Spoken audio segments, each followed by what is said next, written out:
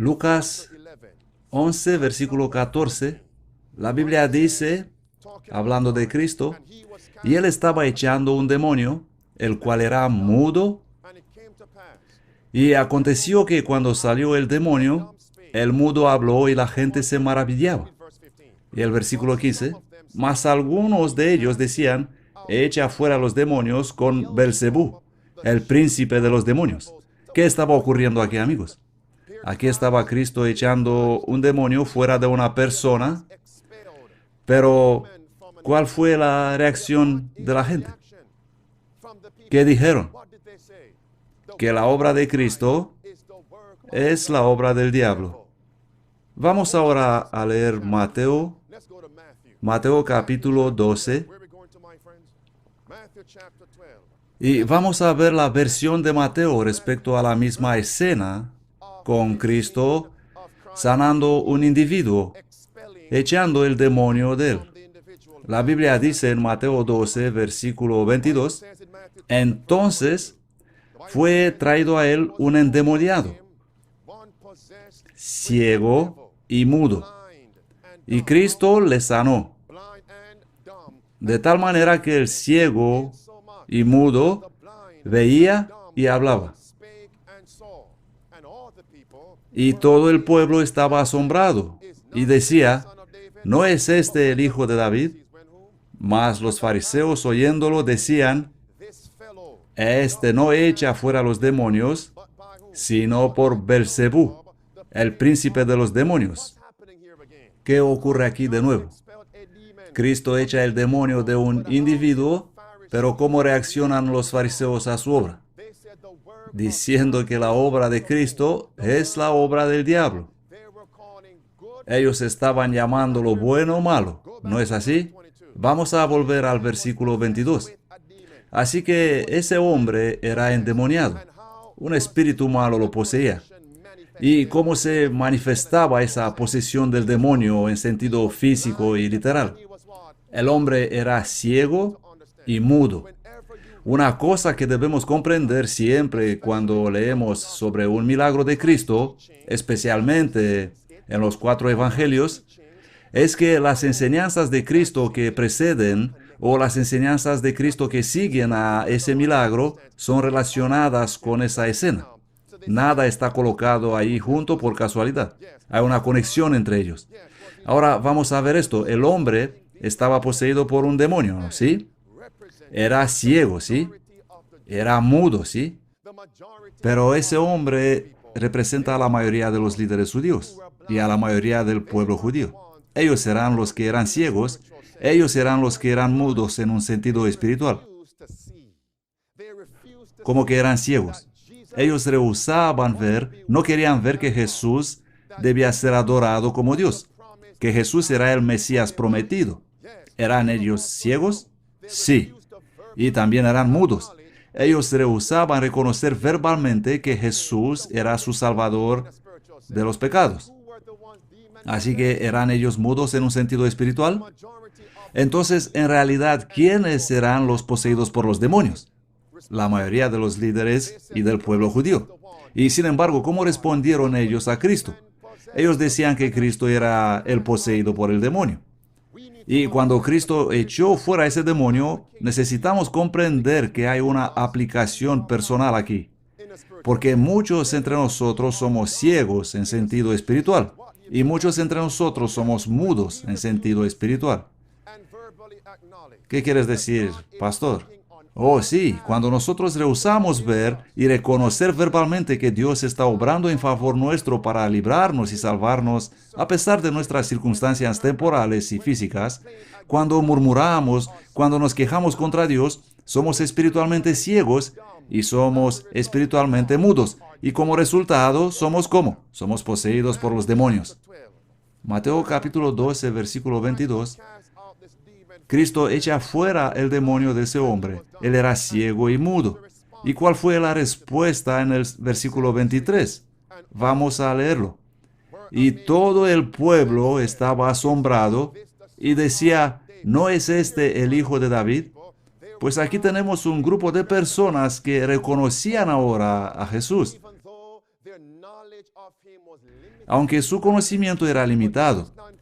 Pero la mayoría de los fariseos, de los líderes de la iglesia, que decían que la obra de Cristo era la obra del diablo. ¿Estaban ellos llamando a lo bueno malo? Vamos, habladme. ¿Estaban ellos llamando a lo bueno malo? Y cuando los líderes de la iglesia empezaron a llamar a lo bueno malo, ¿qué dijo Cristo en el versículo 25? Jesús dijo, el reino es dividido, la iglesia es dividida, y la iglesia va a ser desolada. Y en estos últimos días, cuando los líderes de la iglesia, escuchen bien, cuando ellos empiezan a llamar lo bueno malo, es una señal evidente que la iglesia está cada vez más afligida. Estas son las palabras de Cristo, en Mateo 12, 25. Y Jesús conocía sus pensamientos y les dijo, todo reino dividido contra sí mismo llega a ser desolado, y toda ciudad o casa dividida contra sí misma no permanecerá. Vamos a mirar 4 niveles aquí. Amigos, la división no trae unión y salvación. Vamos a mirar la nación en un sentido, la iglesia en un sentido secundario, el hogar, la familia. Jesús dice que la casa que está dividida no permanecerá. Y el cuarto sentido es a nivel personal. Si nosotros estamos divididos, no puedes servir a Dios y a Mamón.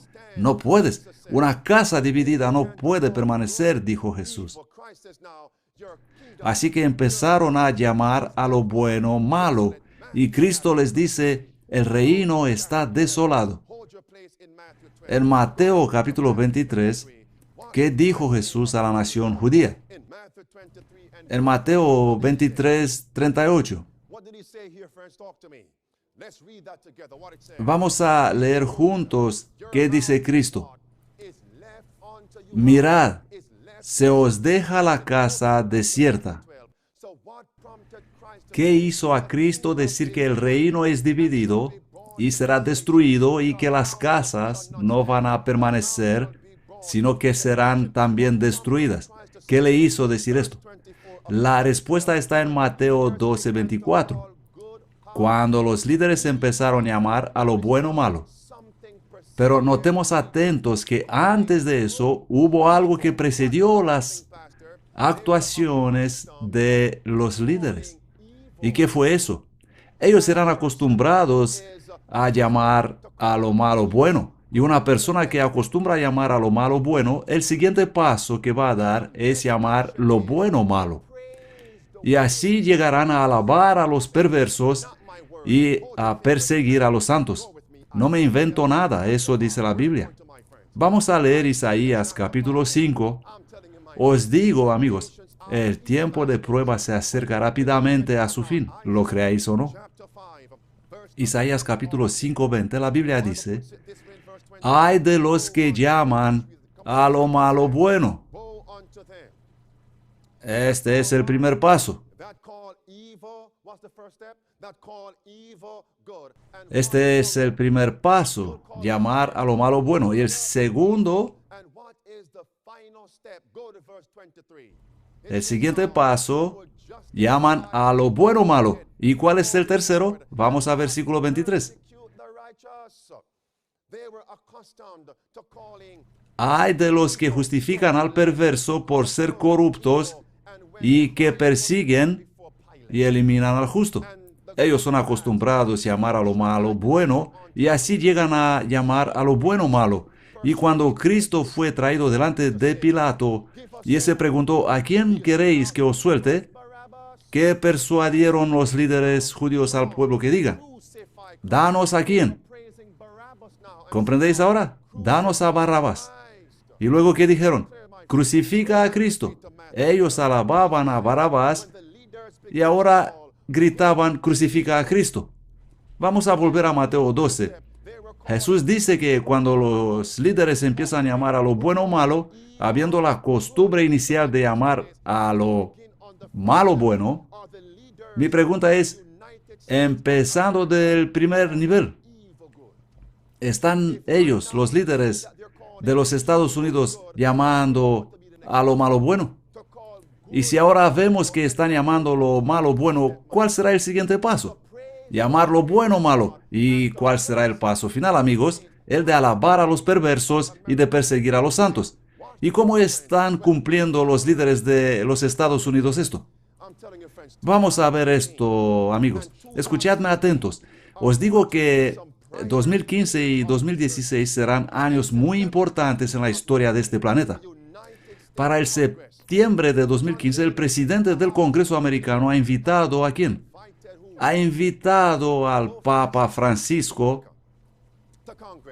para hablar delante del Congreso y para hablar a la nación norteamericana. Vamos a ver, ¿es el papado una entidad del bien o del mal, según la palabra de Dios? ¿Qué es? El papado es una entidad del mal. Pero, sin embargo, esto es lo que dicen los líderes de América sobre el papado. Una cita de noticias NPR. El Papa Francisco será el primer pontífice que hablará en el pleno del Congreso. Con humillación recibimos la aceptación del Santo Padre a nuestra invitación. Amigos, ya saben, a la escuela el profesor dice, os voy a dar un indicio. No lo olvidéis porque más tarde en la lección los vais a necesitar. Pues estén atentos a estas palabras ahora, amigos. Os aseguro que son muy importantes. Con humillación recibimos la aceptación del Santo Padre a nuestra invitación y ciertamente esperamos recibir su mensaje en favor del pueblo norteamericano. Según la Biblia, ¿son los mensajes del papado buenos? Por supuesto que no. Así que ellos llaman a lo malo bueno. Y Nancy Pelosi declaró, estamos impacientes para dar la bienvenida a su santidad en el Capitolio americano y esperamos escuchando su llamado para vivir nuestros valores. ¿Pero qué dice? Según la Biblia, ¿qué valores puede dar el papado a las naciones? Vamos, ¿qué dijo Obama recientemente, la semana pasada? Obama añadió que él esperaba que el pueblo americano recibiera ese mensaje de pensar más en los pobres que en el matrimonio homosexual cuando el Papa nos visitará en septiembre. Y luego dijo, estoy impaciente para recibirle al Papa. ¿Saben lo que dice la inspiración? La profeta de Dios dice, cuando América empieza a renunciar a los principios del protestantismo y a recibir las enseñanzas del papado, esa es una señal que el papado está al punto de conquistar los Estados Unidos. En Testimonios para la Iglesia, volumen 5, página 670, leemos, mientras que por su actitud el mundo protestante hace concesiones a Roma. ¿Cuál es la palabra? Mientras. No esperéis hasta terminará, será demasiado tarde. Mientras el mundo protestante, mediante su actitud, hace concesiones a Roma, despertemos para comprender la situación y ver la contienda que nos espera en su verdadero significado.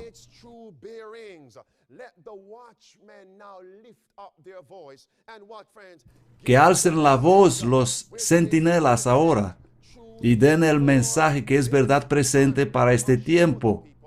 Mostremos a la gente dónde estamos en la historia profética y procuremos despertar el espíritu del verdadero protestantismo, despertando el mundo para valorar los privilegios de la libertad religiosa que se han disfrutado durante tanto tiempo.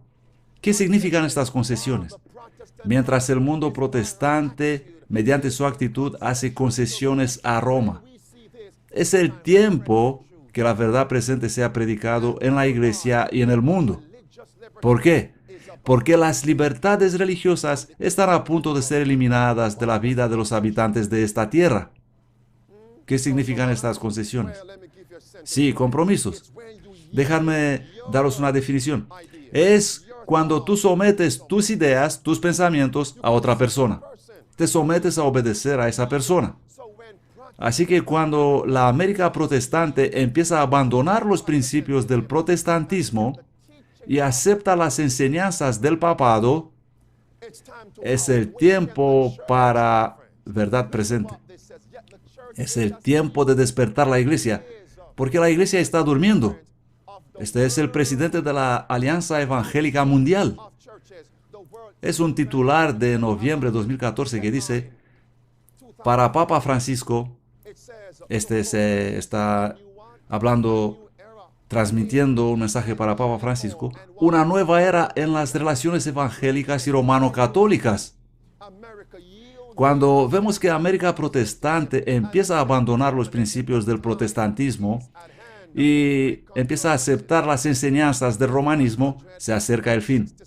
El libro La Gran Controversia, página 554, o El Conflicto de los Siglos, dice, los protestantes se han entremetido y han favorecido el papado. Ellos han hecho compromisos y concesiones que aún los papistas son sorprendidos de recibir y les resultan difícil de comprender. La gente necesita ser despertada para resistir ¿a qué? Está por venir. El papado está por dominar. La marca de la bestia está por implementarse para resistir los avances de este enemigo peligrosísimo para la libertad civil y religiosa. Estamos cerca del fin, amigos. El mundo protestante está haciendo concesiones a Roma. Están llamando al malo bueno. Y lo siguiente llamarán a lo bueno malo. Y el último paso será alabar a los perversos y perseguir a los santos. ¿Cuán cerca estamos del fin?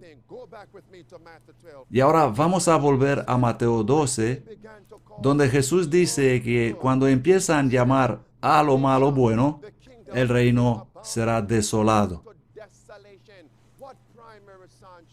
¿Y cuál es la señal principal que nos muestra que América va hacia la desolación? Es el movimiento LGBT, el homosexualismo. Vamos ahora a recordarnos un poco de historia, ¿bien? Cuando los peregrinos, los cristianos, huyeron de todo el mundo y llegaron al Nuevo Mundo, y precisamente en los Estados Unidos de América, ¿de quién huían ellos? ¿Quién los estaba persiguiendo?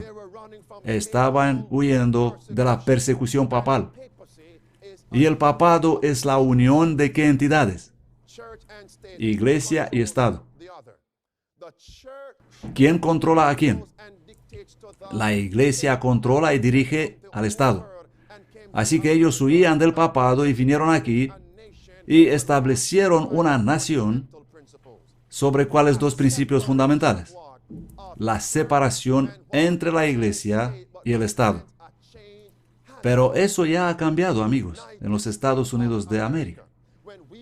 Ahora vemos jueces y legisladores aprobando el matrimonio homosexual, legalizando el homosexualismo, legalizando la sodomía.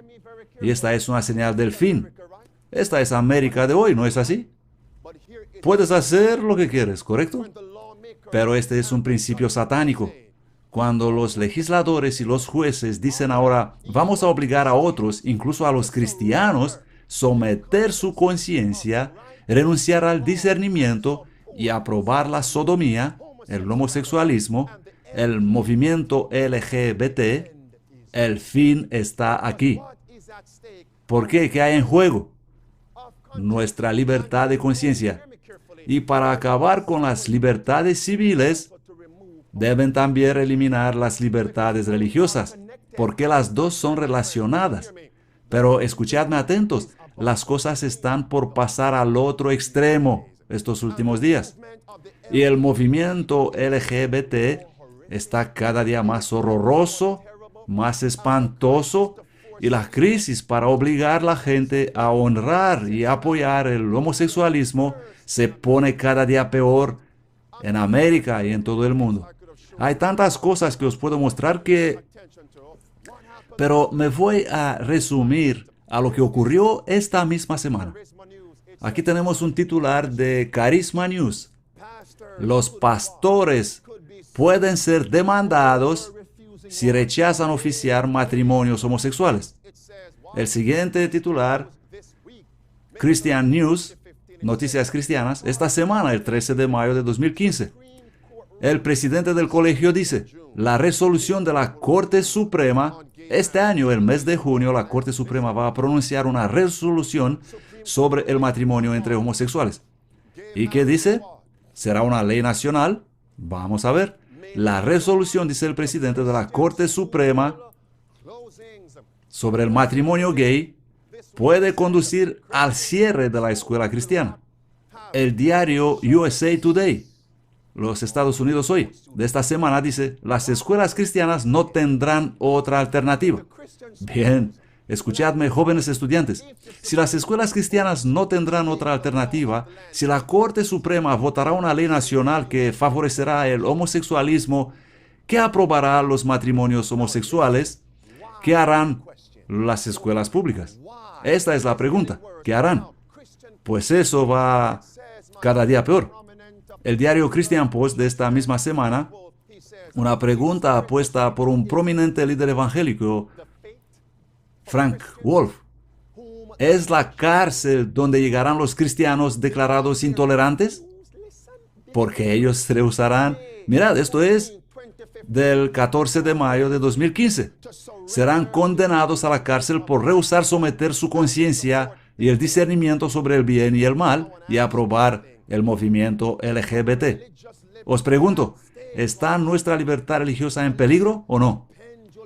Pero el péndulo está a punto de pasar al otro extremo del espectro. ¿Qué quieres decir, pastor? Escuchadme muy atentos. Los así llamados cristianos conservativos intentarán obligar a los políticos a legalizar la moralidad. Eso es lo que va a pasar. Y cuando los líderes religiosos empezarán a presionar y a amenazar el legislativo y decirles, no vamos a votar para vosotros a menos que vais a legalizar la moralidad, ¿qué ocurrirá entonces? La unión entre la iglesia y el Estado. ¿Y quién va a dirigir? La iglesia va a conducir el Estado. Y América va a caer en las manos de Roma. Necesitáis despertar. Escuchad lo que dijo el hijo de Billy Graham, este 14 de mayo. Franklin Graham. Dice que no confía ni en demócratas, ni en republicanos, ni en Tea Party. Él urge a los cristianos participar a la candidatura presidencial. Tenéis esto en las notas de estudio y podéis leer esto después del culto. Él está animando a los cristianos a participar a la candidatura presidencial y si conseguirán eso, ellos deben legalizar la moralidad. Y eso significa la unión entre la iglesia y el Estado. Veamos ahora qué dijo David Lane a Fox News Radio.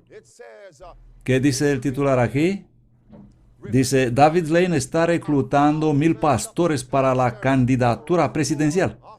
También podéis leer todo el artículo después del culto. Quieren legalizar la moralidad. Veamos qué dice el diario The Blaze. El operativo político revela el plan para transformar fundamentalmente los Estados Unidos. ¿Y qué dice la inspiración? Testimonios para la Iglesia, volumen 5, página 665. Cualquier movimiento a favor de la legislación religiosa es realmente una concesión al papado, que durante tantos siglos ha guerreado constantemente contra la libertad de conciencia. Cualquier movimiento. ¿Os podéis imaginar lo que está pasando ahora mismo en América? Los pastores están ahora participando a la carrera presidencial para legalizar la moralidad.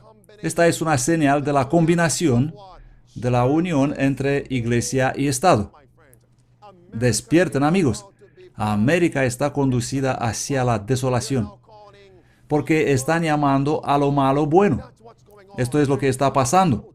Y os voy a leer qué dijo Rick Santorum, un conocido hombre político. Él dijo que cuando leyó el discurso del presidente John Fitzgerald Kennedy, que fue elegido en 1960, le dio ganas de vomitar. Le dio ganas de vomitar. ¿Por qué? Porque Kennedy dijo que debe existir una separación entre iglesia y Estado. Pero Rick Santorum y otros políticos dicen, no, debe haber unión entre iglesia y Estado. Veamos el titular de Washington Post, amigos. Santorum dijo, este es un titular de Washington Post. Santorum dijo que casi vomitó después de leer el discurso de John Kennedy sobre la separación entre iglesia y Estado. Y ahora las palabras exactas de Rick Santorum.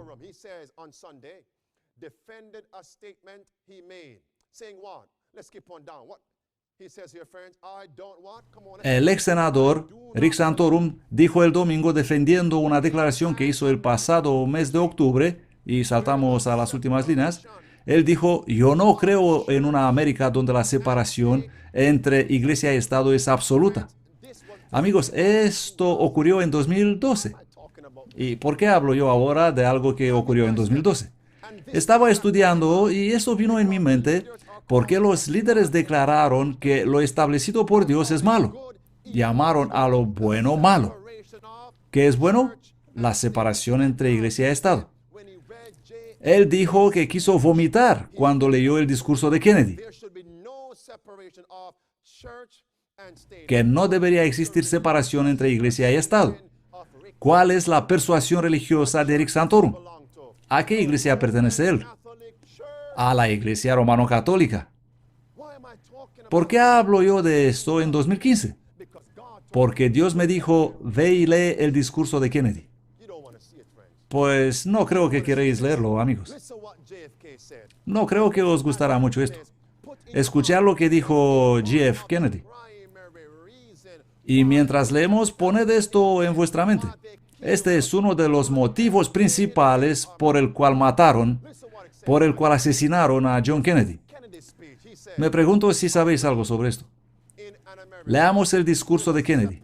Él dijo, yo creo en una América donde la separación entre iglesia y Estado es absoluta, donde ningún prelado católico dirá al presidente cómo actuar y ningún pastor protestante dirá a sus feligreses con quién votar, donde a ninguna iglesia o escuela eclesial se les concedan fondos públicos. Cuando las escuelas aceptan fondos públicos, las escuelas se endeudan con la entidad prestamista. Y Salomón dijo, el que toma prestado es siervo del que presta. Y lo que sea que diga el que presta, el que toma prestado debe obedecer o afrontar multas, penalidades e incluso persecución. ¿Qué va a pasar con las instituciones adventistas del séptimo día? Yo estuve en una, Wacwood University. ¿Saben cuánto debo al gobierno por los estudios? Dios no ha inventado este sistema, amigos. Esto viene de Roma. Para mantenernos a todos en esclavitud financiera. Esto es lo que dijo Kennedy. Por eso lo asesinaron. Y todavía no habéis escuchado nada. Sigamos leyendo. Fondos públicos o preferencias políticas. Yo creo en una América que no sea oficialmente ni católica, ni protestante, ni judía, donde ningún oficial público, es decir, ningún político, acepte o requiere instrucciones en las políticas públicas del Papa, que vemos en la foto de la derecha. El Papa invitado en el Congreso. Si JFK fuera presidente, si Kennedy fuera presidente, no hubiera ocurrido tal cosa, amigos. ¿Comprendéis lo que pasa? ¿Comprendéis lo que pasa, amigos? ¿Vais a despertar ahora? ¿Qué va a ocurrir en Norteamérica el próximo mes de septiembre de 2015? Ahora comprendéis por qué necesitamos estudiar la historia y la profecía inspirada en la Biblia y el espíritu de profecía. Dice, donde ningún oficial público, ni Santorum, ni Obama, ni Pelosi, donde ningún oficial público, ningún político acepte o requiera instrucciones en las políticas públicas del Papa, del Concilio Nacional Eclesiástico o de cualquier otra fuente eclesiástica, y donde las libertades religiosas son tan indivisibles que un acto en contra de una iglesia es considerado un ataque contra todos.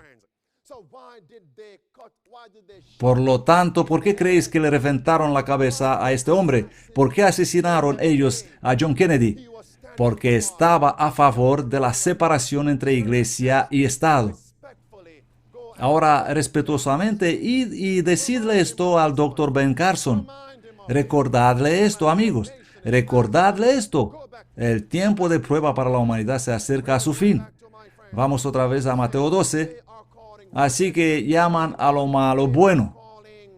¿Y cuál es el siguiente paso? Llamar a lo bueno malo.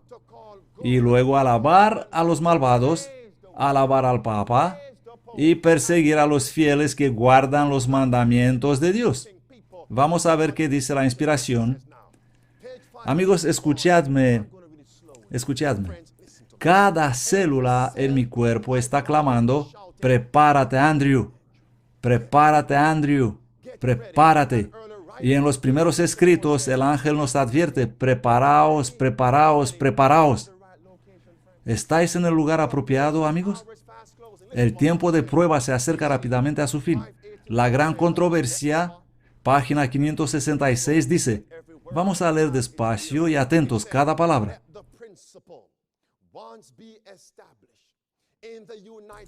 Establezcase en los Estados Unidos el principio de que la Iglesia puede emplear o dirigir el poder del Estado, que la Iglesia puede controlar a los políticos.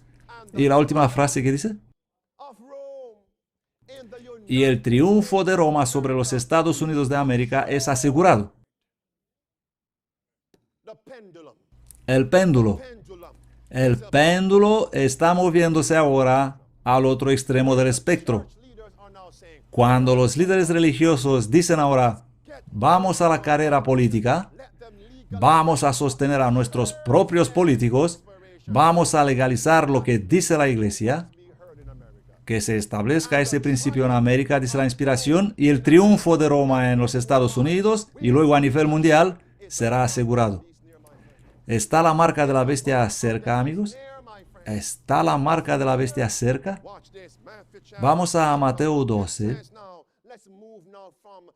Vamos a Mateo 12 y pasamos del nivel de las naciones, bajemos al nivel de la iglesia. En Mateo 12, cuando Cristo echó el demonio, en el versículo 24, ¿quiénes eran los que decían que la obra de Dios es la obra del diablo? En el versículo 24, ¿quiénes eran ellos? Los fariseos. ¿Y quiénes eran los fariseos? Eran los líderes de la iglesia judía. ¿Y cómo fue entonces? Así será en los últimos días. ¿Y qué dice Dios en el versículo 25? La casa será desolada. La iglesia está dividida. ¿Cómo están los líderes de la IACD? Algunos de ellos están llamando a lo malo bueno. ¿Cómo? ¿Cómo llaman ellos la obra de Cristo mala? ¿Cómo hacen eso? Amigos, es el problema de la ordenación de mujeres. Porque la Biblia no aprueba. Escuchadme atentos. La Biblia no aprueba que una mujer sea ordenada como pastora, obispo o anciana. Esto no es bíblico. Escuchadme muy atentos. Esos hombres entonces están llamando lo malo bueno, cuando la Biblia dice eso es malo. Y Dios me mostró que este asunto de la ordenación de mujeres es una cortina de humo. ¿Qué es? Una cortina de humo, un engaño. Porque el verdadero problema es poner la cultura humana por encima de la palabra de Dios. Eso es. ¿Y cuál es la iglesia conocida por poner la tradición y la cultura humana por encima de la palabra de Dios? La Iglesia Romano-Católica, el papado. Y la Iglesia Adventista del Séptimo Día, los pasos de quién está siguiendo. Los pasos del romanismo, los pasos del papado. Vamos a ver qué dicen, amigos. Esta semana, el 12 de mayo, la Conferencia Central de Berlín ha votado la implementación de la ordenación de mujeres. ¿Por qué no esperaron hasta el julio de 2015, hasta la sesión de la Conferencia General? Porque no les importan. Ellos colocan ya la cultura del hombre por encima de la palabra de Dios. Ellos también aceptan a los que practican el homosexualismo y a las lesbianas para ocupar funciones en la iglesia. ¿Qué están haciendo? ¿Qué están haciendo? Están llamando a lo malo bueno. Vamos a leer. La Unión de Holanda se compromete a hacer la iglesia un lugar seguro para los individuos LGBT. Dejémoslos ser miembros y recibir funciones en la iglesia. ¿Qué estamos haciendo? Estamos llamando a lo malo bueno. ¿Y cuál es el siguiente paso? Llamar lo bueno malo. ¿Y cuál es el paso final? Alabar la perversidad y perseguir a los santos. ¿Y qué dice esta señora? Pero antes, amigos, ¿cuál es el libro? ¿Cuál dice la inspiración de Dios que es el libro más importante para cada persona del mundo y de la iglesia y que todos deben leer? ¿Cuál es ese libro? El libro La Gran Controversia, o El Conflicto de los Siglos, como está traducido en español. Pero una portavoz de la Conferencia General dice que ese libro, La Gran Controversia, debería ser arrojado en el cubo de basura. ¿Qué estamos haciendo? Estamos llamando lo bueno malo. La casa está a punto de ser desolada. Y bajo juramento, el expresidente Neil Wilson dijo, ya no somos más anticatólicos. Ya no estamos en contra del papado. ¿Y cuál es la implicación de esta declaración? Si ya no están en contra del papado, entonces están a favor del papado. Están con el papado. Por lo tanto, ¿qué están los líderes haciendo ahora? Están llamando a lo malo bueno. Y la inspiración dice, en las señales del tiempo, hablando de los protestantes de hoy, es una iglesia apóstata que reduce la distancia entre ella y el papado. Esto nos muestra que la mayoría de los adventistas del séptimo día también están en estado de apostasía. Los ciegos están conduciendo a los ciegos. Pregunta, ¿está el fin del mundo sobre nosotros? Vamos a ver. Cuando Neil Wilson dijo, nosotros no estamos más en contra del papado, estamos por el papado. Entonces, ¿qué están los adventistas del séptimo día haciendo ahora? Están abandonando los principios del protestantismo. Están haciendo concesiones a Roma. Alguien puede decir, bueno, esa fue la declaración de Neil Wilson solo delante del tribunal, ya que tenía que decir algo, ¿no? Bien, pero ¿quién de vosotros ha escuchado alguna voz levantándose por parte de otros líderes? ¿Alguien dijo algo? Pues la mayoría de los líderes no dijeron nada. Esto significa que ese sentimiento es también de ellos. Estamos haciendo concesiones a Roma. Y cuando los protestantes hacen concesiones a Roma, ellos han caído en la mano del papado. Mateo capítulo 12. Amigos, mientras el tiempo de prueba está a su fin, ahora, ¿cuál es la condición de nuestros hogares? En Mateo 12, Jesús dice en el versículo 25, una vez que los líderes empezaron a llamar lo bueno malo, Él dijo, todo reino dividido contra sí mismo es asolado, y toda ciudad o casa dividida contra sí misma no permanecerá. Mi pregunta para vosotros de Salvo para Servir y para vosotros de Salvo para Servir Internacional es, ¿tenéis una casa? Jesús dice que toda casa dividida no permanecerá. No permanecerá. ¿Cuál es el estado de vuestro matrimonio? ¿Cuál es el estado de nuestros hogares? ¿Existe división en vuestras casas? Es uno para Dios, el marido, y la esposa continuando disfrutar los placeres del pecado. Es la esposa intentando vivir para Dios, pero el marido está ocupado con las cosas terrenales. ¿Están los padres intentando vivir para Dios, pero los hijos quieren vivir para el diablo? ¿Están los hijos intentando vivir para Dios, pero los padres quieren vivir para el diablo? Jesús dice que una casa dividida, son las palabras de Jesús, no mías.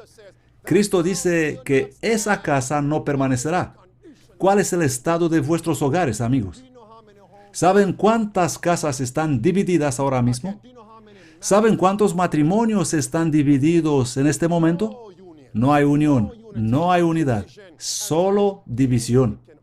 Y amigos, la unidad solo puede ser hallada en la verdad de Cristo. Alguien puede decir, bueno, en mi casa no estamos de acuerdo espiritualmente, pero vivimos felices. Ese es un engaño. No existe felicidad lejos de Cristo. Jesús dice, no hay paz para el malvado. Isaías 57, 21. No hay paz, amigos. Y sin embargo, muchos dicen, oh, nosotros estamos bien. Pues no estáis bien. Cuanto más nos acercamos al fin, más será manifestado que la división va a ocurrir, o los dos van a elegir a seguir a Jesús o al diablo. Vamos a ver qué dice Dios. Amigos, cuando eso empezará, marido, ¿cómo vas a tratar a tu esposa? Vamos a leer El Hogar Adventista, página 71. ¿Saben cuántas familias adventistas, marido y esposa, dicen que ellos creen la verdad presente? Ellos profesan creer la verdad presente, pero no existe paz en su hogar, en su matrimonio. ¿Saben cuántas esposas temen ir a casa? ¿Saben cuántos maridos odian ir a casa? ¿Por qué? Porque hay división en el matrimonio. Casa dividida. ¿Cuántos hijos odian volver a casa? Una casa dividida no permanecerá. Y todas las señales alrededor nuestro nos muestran que el tiempo de prueba está por terminar y que la casa debe estar edificada sobre la roca. Sobre la roca. ¿Sabéis cuántos maridos abusan emocionalmente y físicamente a sus esposas?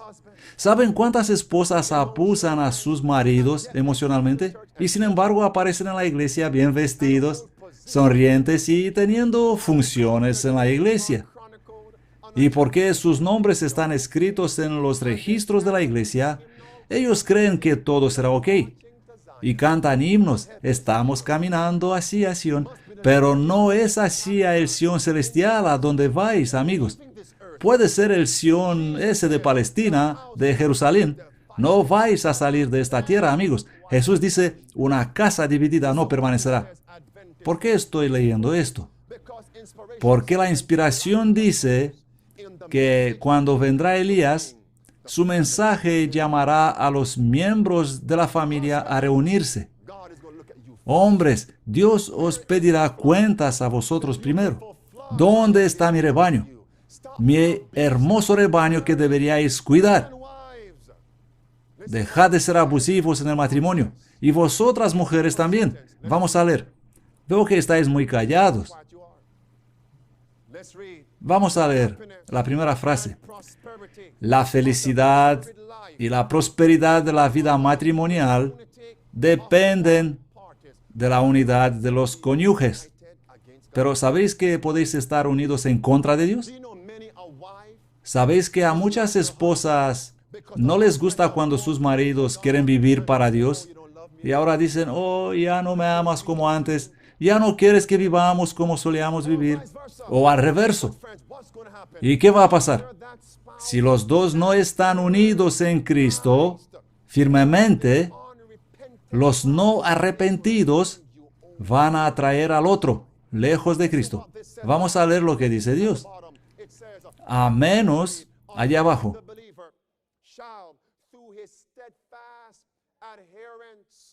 a menos que el creyente gane al impenitente mediante su firme adhesión a los principios cristianos, Lo más común es que se desaliente y venda sus principios religiosos para obtener la compañía de una persona que no está relacionada con el cielo. ¿Cuántas esposas se vuelven desanimadas? Porque ellas se esfuerzan a animar a su marido a vivir para Dios y a sus hijos a vivir para Dios y se desaniman. O el marido, el padre, él se desanima. Y así abandonan sus principios solo para no tener discusiones en casa. Jesús dijo, no penséis que he venido para traer paz, sino la espada. Y amigos, no debemos permitir la espada en nuestra casa, en nuestro matrimonio, si todos nos esforzamos vivir para Dios. El tiempo de prueba se termina rápidamente. ¿Cuántas familias adventistas del séptimo día creéis que están preparadas para esto? ¿Cuántos están listos? Hoy por la mañana, arrodillado, he dicho, Señor, ¿van a recibir esto? Porque muchos tapan su oído. Oh, no quiero escuchar esto. Háblame solamente de paz. No quiero otra cosa. ¿Cuántas familias adventistas del séptimo día creéis vosotros que están preparadas para el fin? Bueno, ahora dejadme preguntaros estos. Mirad vuestra propia casa. ¿Está preparada vuestra casa? Esta es la pregunta. ¿Está preparada vuestra casa? Y escuchadme, no penséis que si vuestra casa no está preparada, las casas de otros tampoco lo serán. No os engañéis a vosotros mismos. Mirad lo que dice la profeta en el libro Servicio Cristiano, página 52. Es una solemne declaración que hago a la iglesia de que ni uno de cada 20 de aquellos cuyos nombres están registrados en los libros de la iglesia está preparado para terminar su historia terrenal y encontrarse con Cristo Jesús en paz. Vi un posteo en Facebook, lo vi por casualidad porque no dedico mucho tiempo a eso, pero esa joven, una mujer o una chica joven, decía, oh, cómo odio ir a casa cada día. No hablaba de sus logros, sino decía, temo volver a casa a veces porque mi padre abusa de mí y abusa de mis otros hermanos. ¿Qué tipo de abuso? No dijo, lo dejó a la imaginación de los lectores. El problema es que el padre es un pastor muy prominente, uno que declara la verdad presente. No quiero deciros su nombre, amigos, porque si lo haría, muchos dejarán de escuchar el mensaje. Pero esto ocurre ahora mismo, y los que vieron esa publicación pueden relacionarlo con lo que está ocurriendo en la iglesia. Ni uno de 20. Y si lo ves en el púlpito, vas a decir, su casa está perfecta, su casa está lista, su esposa y sus hijos se ven tan santos. Oh amigos, ni uno de 20. Ese hombre estaba abusando de su esposa. Él predica tanto sobre la vida familiar, pero divorció de su esposa. Él predica tanto sobre la vida familiar, pero está abusando a sus hijos. Y ahora está en un circuito, en una gran campaña adventista, predicando y teniendo reuniones de jóvenes, campamentos de evangelización, semanas de oración, pero su propia familia que él abandonó, él no se preocupa por traerlos a Dios, no piensa en reconciliarse con ellos. Esto es lo que pasa en la iglesia adventista, ni uno de 20. ¿Cuántas familias están preparadas en salvo para servir? Y si eso es lo que pasa entre los líderes, entre los de arriba que profesan creer en la verdad presente, entre los predicadores, ¿cuánto más será entre los laicos? Ni uno de 20 está listo. ¿Y qué tal la juventud? Escuchar lo que dice Dios. Mensajes para los jóvenes, página 272. No voy a leer todo. Dice, los jóvenes necesitan precisamente lo que no tienen, es decir, religión. Nada puede sustituirla. La mera profesión de la religión no vale nada. Los jóvenes, leed atentos y meditad en esto ahora. Los nombres están registrados en los libros de la iglesia terrenal, pero no en el libro de vida. He visto que no hay uno entre 20 jóvenes que sepa lo que es la religión experimental.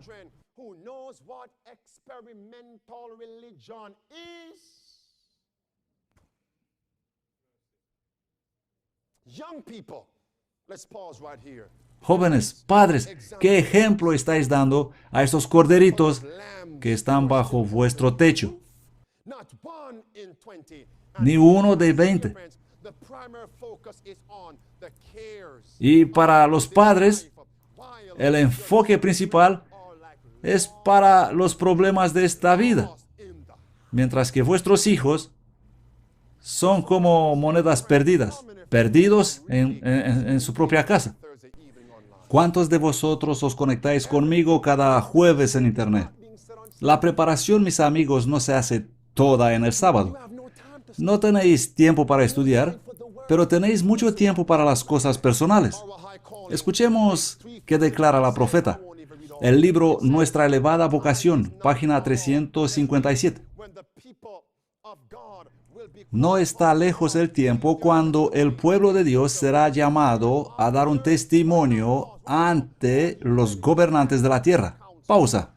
Ahora mismo, ¿estáis listos presentaros ahora mismo ante concilios, ante hombres religiosos, ante hombres de Estado, ante miles de personas y declarar vuestra fe? ¿Estáis listos, amigos? Dice a continuación, no hay uno en 20 que comprenda con cuánta rapidez nos acercamos a la gran crisis de nuestra historia. No hay tiempo para la vanidad, para la frivolidad, para ocupar la mente en cosas sin importancia. La casa dividida no permanecerá. Cuando terminaremos aquí hoy, ¿cuántos irán a su casa y dirán, Señor, ayúdame como padre, ayúdame como marido, ayúdame como esposa, como madre, poner mi casa en orden? Pero padres, no podéis ofrecer lo que no tenéis. No podéis conducir si estáis ciegos, porque eso sería los ciegos conduciendo a los ciegos. ¿Y qué hacemos si no quieren, pastor? ¿Qué hacer si mi esposa es rebelde, pastor? ¿Te acuerdas la mujer de Lot? Sí, me acuerdo de la mujer de Lot. ¿Vosotros os recordáis de la mujer de Lot también? ¿Os recordáis a los hijos de Lot que perecieron en Sodoma? Ni uno en 20 está listo. Si tú hubieras visto a Lot, hubieras pensado, seguro que su casa está lista. ¿No es así? Si hubieras visto a Lot, hubieras dicho, su casa está lista, seguro. Pero cuando vino la crisis, bueno, terminad esto en vuestra mente. Cuando vino la crisis, ni uno de 20. Dios no pudo encontrar 20 en Sodoma y Gomorra. Como fue en los días de Lot, así será en los últimos días. Así que ahora vamos a hablar de nosotros mismos. Porque ahora, amigos, no se trata más de naciones, ni de la iglesia, ni de familias. Ahora mismo la cosa es personal. Yo tengo que hacer lo correcto. Si yo hago lo que debo hacer, la casa estará lista para Dios, la iglesia estará lista para Dios y la nación tendrá la oportunidad de vivir para Dios. Jesús dijo que la casa dividida no permanecerá. Y la mayoría de nosotros como individuos estamos divididos. Intentamos servir a Dios y al mismo tiempo servimos al diablo. En Mateo 6:24, Jesús dice, no podéis servir a Dios y a Mamón. Amigos, ¿qué es más importante para vosotros? La casa dividida no permanecerá. Vamos a leer 2 Corintios, capítulo 6, versículo 14. ¿Qué dice la Biblia aquí? Dice, no os unáis en yugo desigual con los incrédulos, porque ¿qué compañerismo tiene la justicia con la injusticia? ¿Y qué comunión tiene la luz con las tinieblas? Y 15. ¿Y qué concordia tiene Cristo con Belial? ¿Y qué acuerdo tiene el templo de Dios con los ídolos? Porque vosotros sois el templo de Dios viviente. Versículo 17 ahora. Por lo cual salid de en medio de ellos y apartaos, dice el Señor, y no toquéis lo inmundo. La casa dividida no permanecerá. Vamos ahora a Lucas capítulo 11. Queridos, voy a mostraros cómo somos descritos en Lucas capítulo 11. La escena de Lucas en el capítulo 11 se nos presenta empezando con Cristo sanando a un hombre. ¿Era ese hombre ciego? Sí. ¿Era mudo? Sí. Y ahora vamos a ver el versículo 14. ¿Qué ocurre en el versículo 14? Cristo echa fuera el demonio, ¿no es así? ¿Y cómo termina la escena? Vamos juntos al versículo 26. ¿Qué pasó? Entonces, el espíritu maligno va y toma otros 7 espíritus más malvados que él. Y entrados habitan allí. Y el postrer estado de aquel hombre viene a ser peor que el primero. Por lo tanto, ¿qué pasa aquí? El demonio había sido sacado de este hombre. Pero el hombre no cumplió ciertas condiciones y el demonio volvió.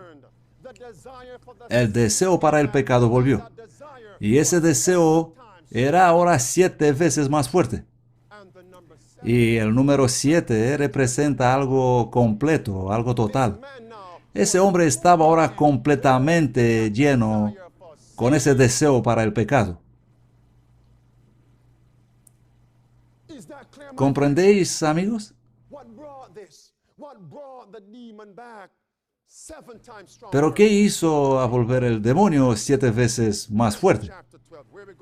Vamos al Evangelio de Mateo. El Evangelio de Mateo, en el capítulo 12, la Biblia nos dice que cuando Cristo echó el demonio, ese empezó a andar por ahí y decía, oh, ya no encuentro a nadie para poseer. Alabado sea Dios. Y haga venir ese día, cuando los demonios no encontrarán ninguno de los hijos de Dios para poseer. ¿Podéis decir amén? Amén. Pero el demonio dijo, bueno, voy a volver ahí y llamar a la puerta de esa casa. Y cuando volvió, la Biblia nos dice que encontró al hombre como. Vamos a leer Mateo capítulo 12, versículo 14. Versículo 44. Entonces dice, volveré a mi casa de donde salí, y cuando llega, encuentra la casa como desocupada, barrida y adornada. Entonces, ¿qué ocasionó la posesión demoníaca esta vez, amigos? ¿Cuál fue la condición de aquel hombre después de la expulsión del demonio? Decidme. Estaba vacío.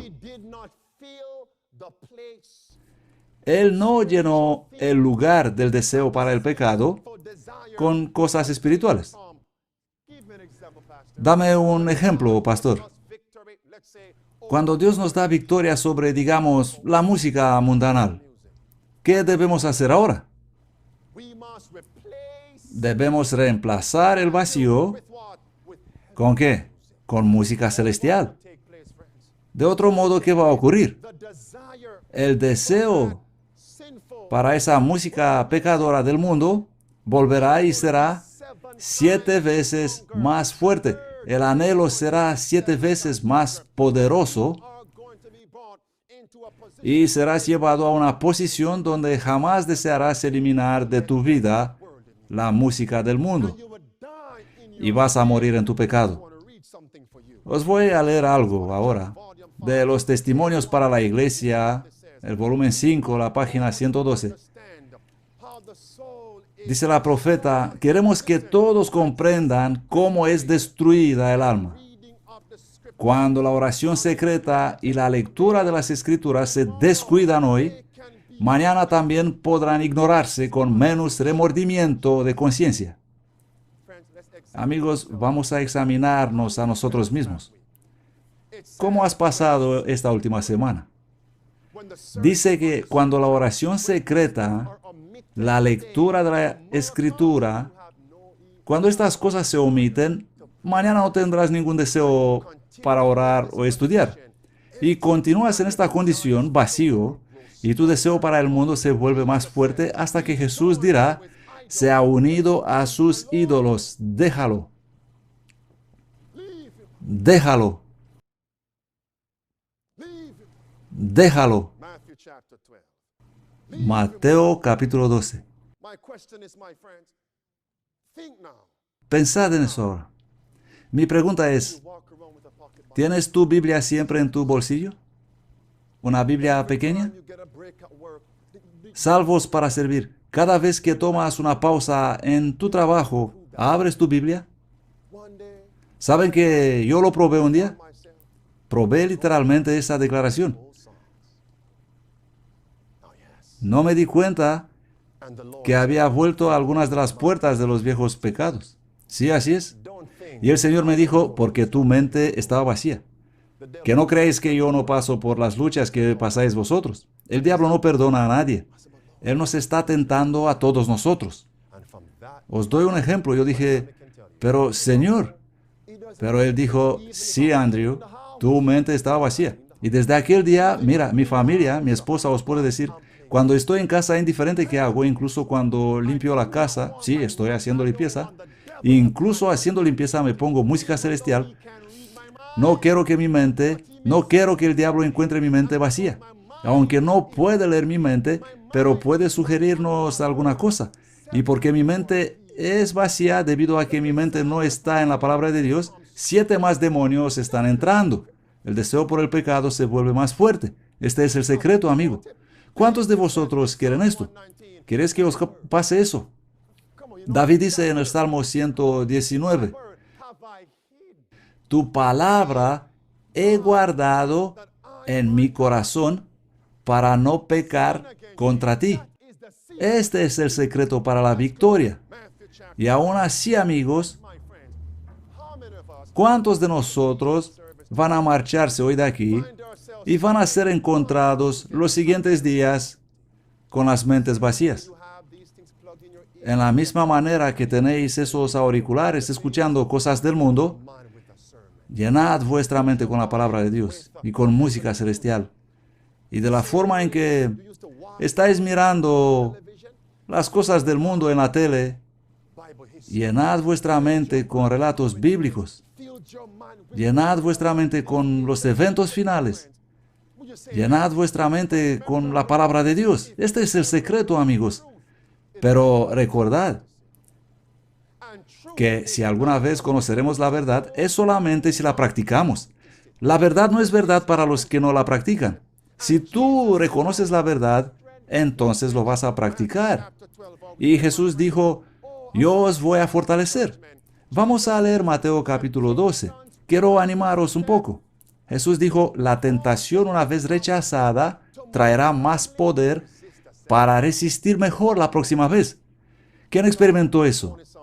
No, solo unos pocos. ¿Quién experimentó eso? La tentación una vez rechazada traerá más poder para resistir mejor la próxima vez. Mientras nuestra mente está firme en Cristo, tenemos la fórmula para obtener la victoria, amigos. Y cuando obtienes la victoria sobre ese deseo una vez, ya tienes la fórmula. Utilízala. Pero no en tu propio poder. Pablo dice, todo lo puedo en Cristo. ¿Sabéis eso?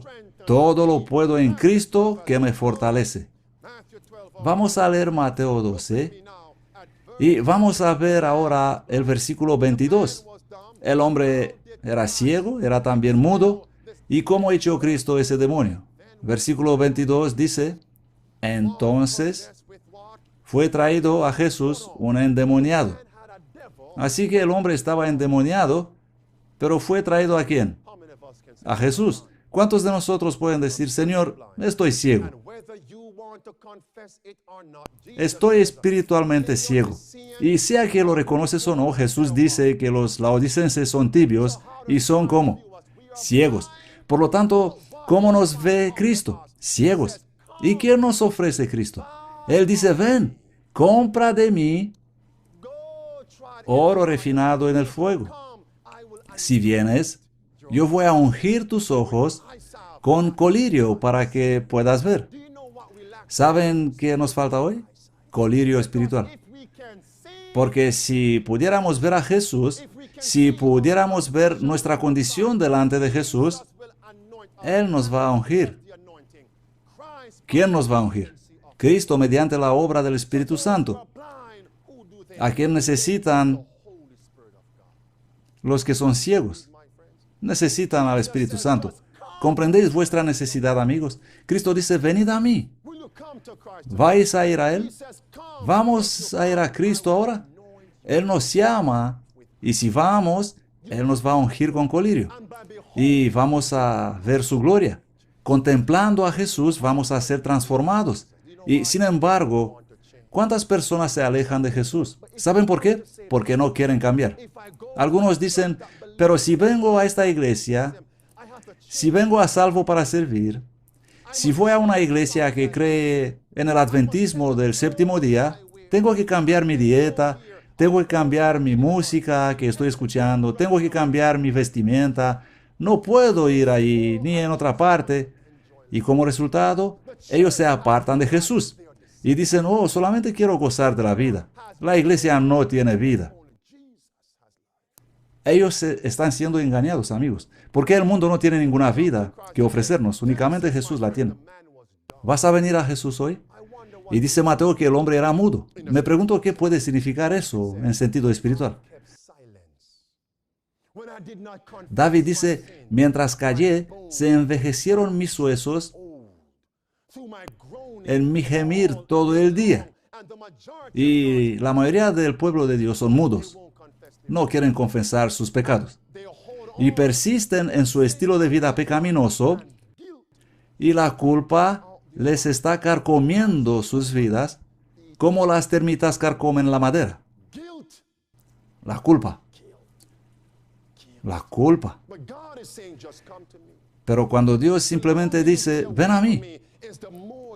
Cuanto más te quedas lejos de mí, más vas a morir emocionalmente, vas a morir espiritualmente, vas a morir culpable.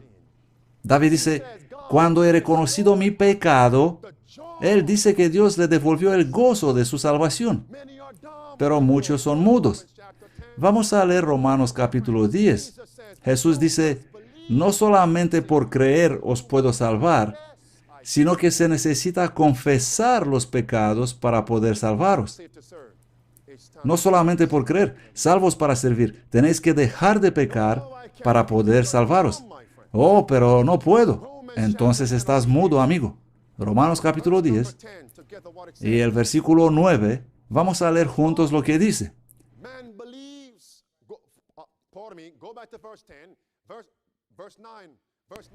Que si confesares con tu boca al Señor Jesús y creeres en tu corazón que Dios le levantó de los muertos, serás salvo. ¿Cuáles son las dos cosas que debemos hacer?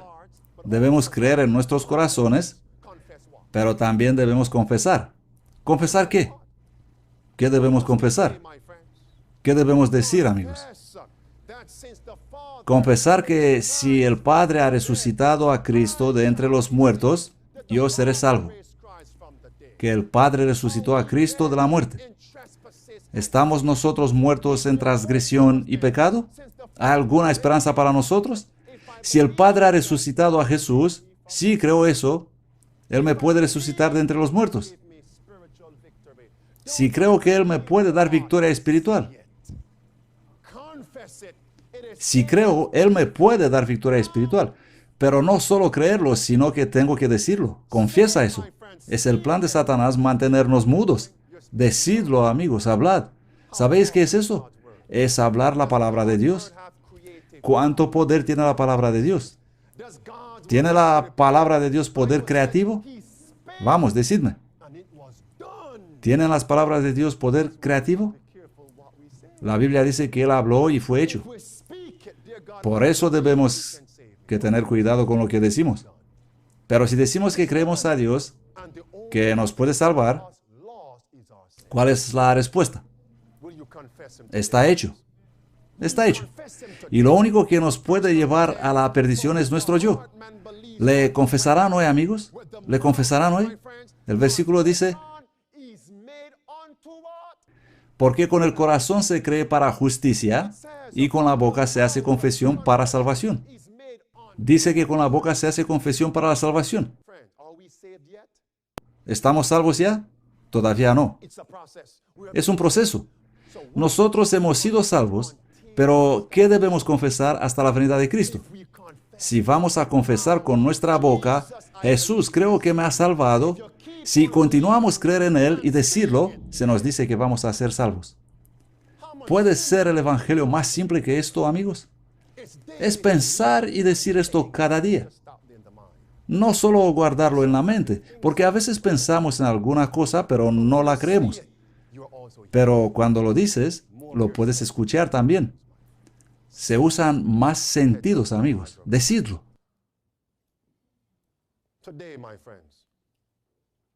Inclinemos las cabezas y cerremos los ojos para orar. Hoy, amigos, ¿os vais a rendir todos a Jesús? Habéis escuchado mucho hoy. Vais a decir hoy, Señor, ya no quiero estar más dividido. No quiero que mi casa siga dividida. Cuando vendrá Elías, Él unirá las familias. Maridos, tomad a vuestra esposa. Madres, tomad a vuestros hijos de la mano. Padres, tomad a vuestros niños. Y venid aquí. Una casa dividida no permanecerá. Si no tienes familia, ven tú solo. El Salmo 68 dice, Jesús dice, yo pondré a los solitarios en familias. Si no tienes una familia biológica, no te preocupes. Si entregas tu corazón a Jesús, Él te pondrá en una familia. Una casa dividida no permanecerá. Y salvos para servir. Si nosotros queremos permanecer como un cuerpo eclesiástico, no podemos ser divididos. Es el tiempo que las familias estén listas para estos últimos días. El tiempo de prueba se termina rápidamente y muchos entre nosotros están todavía ciegos y mudos. Dios dice que es el tiempo de estar unidos en verdad, en Espíritu Santo. Una casa dividida no permanecerá. Y cuando una casa es dividida, viene el fin. Familias, si podéis, daos las manos ahora. Si podéis, daos las manos. No hacemos círculos aquí. Pero si podéis, daos las manos.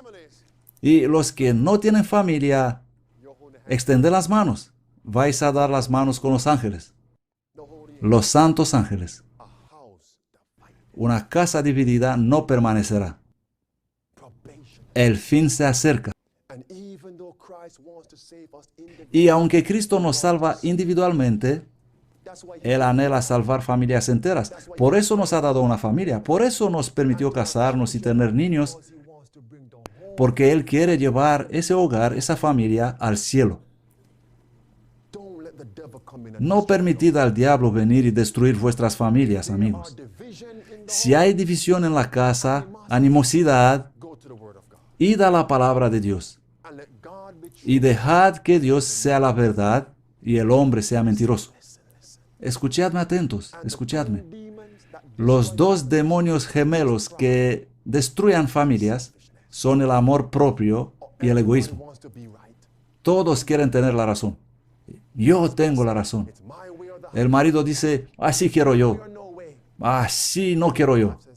Y la esposa dice, ya verás, es como digo yo. Y los niños, oh, yo quiero mi camino. Yo quiero mi camino. Yo quiero hacerlo como quiero yo. O es mi camino o no hay camino.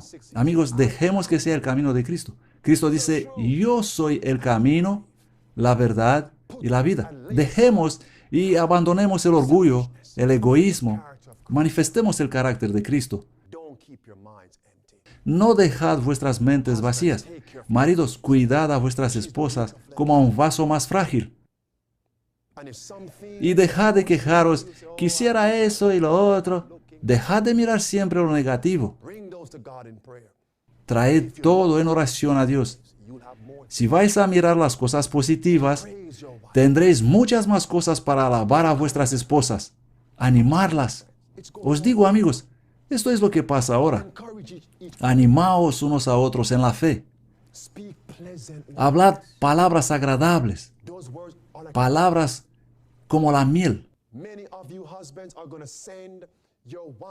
Muchos de vosotros, maridos, vais a enviar a vuestras esposas a la tumba antes de tiempo, porque un corazón alegre es como una medicina, pero un espíritu quebrantado seca los huesos. Nosotros matamos a nuestras esposas con esas malas palabras que les decimos. Sí. Y las esposas también son culpables. Y os preguntáis por qué vuestro marido tiene la tensión alta. ¿Y por qué no puede dormir por la noche? Estáis enviando a la tumba a vuestros maridos antes del tiempo. Y luego estáis llorando, oh, cuánto echo de menos a mi esposa. Pero tú las has metido en la tumba. Es el tiempo de estar listos, amigos. Padres, amad a vuestros niños. Amad a vuestros niños.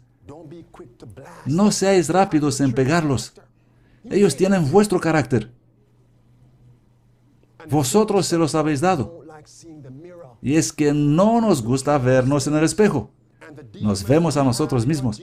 Y los demonios que teníamos en nosotros ahora los tienen ellos. Animadlos.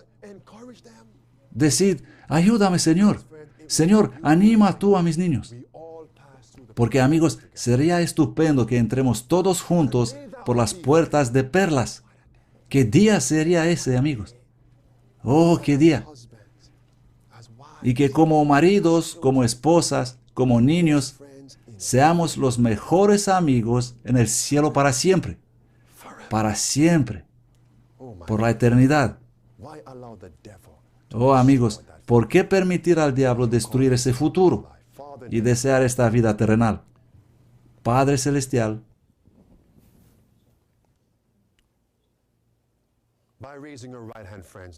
levantando la mano derecha, amigos, ¿queréis volver a entregar hoy vuestras vidas a Dios? Padre, tú has visto las manos y has visto los corazones. Has visto la entrega y la reentrega. ¿Nos puedes salvar, te ruego? Te hemos rogado como un grupo cuando hemos empezado y queremos terminar con la oración como un grupo también.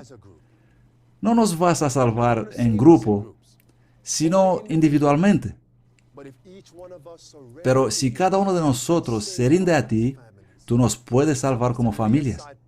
Ayúdanos a abandonar el amor propio y el egoísmo. Tu palabra nos dice que, abandonados estos males, 5 minutos, se solucionarán muchos problemas en el hogar. 5 minutos. Pero muchos de nosotros siguen así meses y años, soberbios y egoístas. Hoy estamos aquí quebrantados al pie del Calvario, porque una casa dividida no permanecerá. Y si individualmente continuamos a servirte a ti y al diablo al mismo tiempo, no vamos a permanecer. Sálvanos, te rogamos. Salva a nuestros niños. Salva a tu iglesia. Despierta a la iglesia adventista del séptimo día y a sus maestros. Sálvanos, te rogamos. En el nombre de Cristo Jesús. Amén.